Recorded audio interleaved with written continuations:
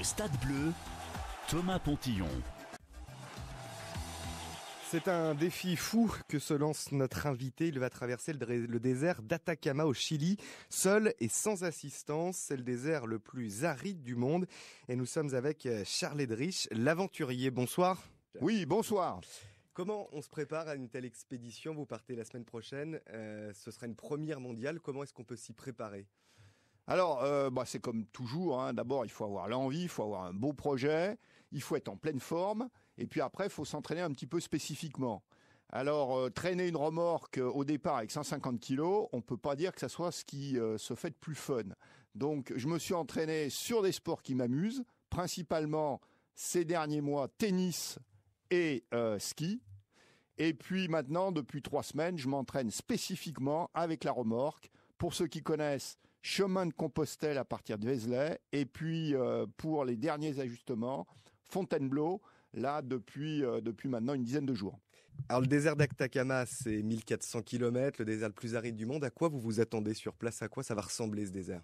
Alors, on a reconnu le parcours en détail, il y a de ça donc quelques semaines, pour tester le matériel, pour regarder justement un petit peu le parcours, pour regarder les conditions climatiques. Alors, la nuit gèle, donc, et le jour très très chaud, extrêmement sec.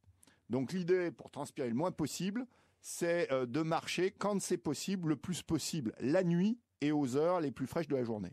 Et vous avez 1400 km à parcourir, vous vous donnez combien de temps? Comment vous allez organiser vos journées concrètement? Alors, au départ, l'idée, comme on est sur une première, mais pas sur un record de vitesse, c'est de prendre le moins de risques possible. Donc, on va essayer de partir avec 35-40 km par jour. Et puis après, si ça se passe bien, on peut aller, disons, beaucoup plus vite.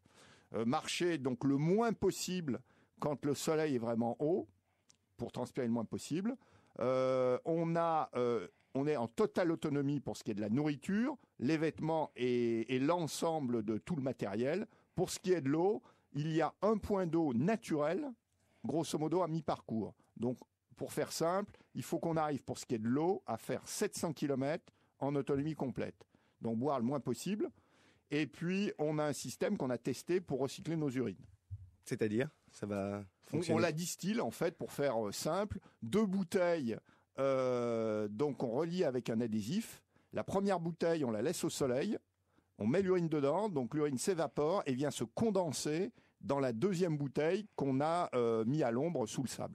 Parce que toute la difficulté de cette traversée, c'est bien ça, c'est 1400 km dans des conditions extrêmes sans assistance. C'est bien ça votre défi? Aucune assistance, aucun ravitaillement d'aucune sorte.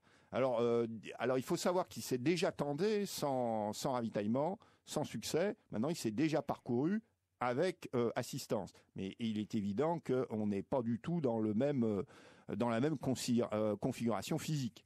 Quand vous serez là-bas, évidemment, il y aura personne. Le désert, si on voit des photos sur Internet, il y a vraiment rien du tout. Est-ce qu'il n'y a pas un sentiment de solitude quand vous avez fait aussi la traversée à la rame? Est-ce que le sentiment de solitude est dur à gérer puisqu'on est quand même vraiment seul face à soi-même, quoi? Alors, moi, je peux évidemment parler de ce que je ressens. Pour moi, le fait de monter une opération en solo n'est absolument pas une motivation. Mais en même temps, mais je suis pas le seul dans cet état d'esprit, mais en même temps, c'est absolument pas une contrainte. C'est-à-dire, donc j'ai mené des expéditions à 2, par exemple au pôle Nord, on passe 62 jours dans des conditions absolument épouvantables sur une première qu'on réalise avec Arnaud Tortel, ça se passe très bien. À l'Everest, on est 5. Ça se passe aussi très bien. Donc, c'est ni une contrainte, ni une motivation. Parce que là, vous serez quand même quasiment un mois, c'est ça? Vous prévoyez un mois à être seul comme ça dans ce désert? Alors, il faut savoir que quand je fais un aller-retour sur l'Atlantique à la rame, je passe 145 jours en solo, sans assistance, quand je fais le premier aller-retour qui se fait sur l'Atlantique, et j'ai 1 mètre carré pour vivre. Disons, alors ça peut paraître peut-être étonnant, je rentre sur une expédition, sur une aventure, qu'elle fasse 1 semaine, 10 jours, 145 jours ou peut-être plus un jour, dans le même état d'esprit que quand je démarre un match de tennis.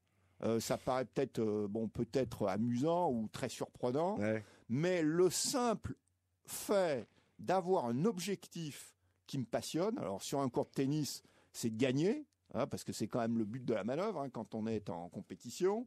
Sur une expédition de cette nature, c'est d'aller au bout et d'établir un nouveau record. Ça suffit à mon bonheur et tout le reste, je fais avec, quoi. Donc voilà. Merci en tout cas à Charles Edrich d'avoir été avec nous et puis bon voyage alors. C'est un plaisir. Et donc c'est un plaisir d'être suivi par France Bleu. Et on vous suivra pendant tout votre voyage. Merci. Merci beaucoup. Au revoir.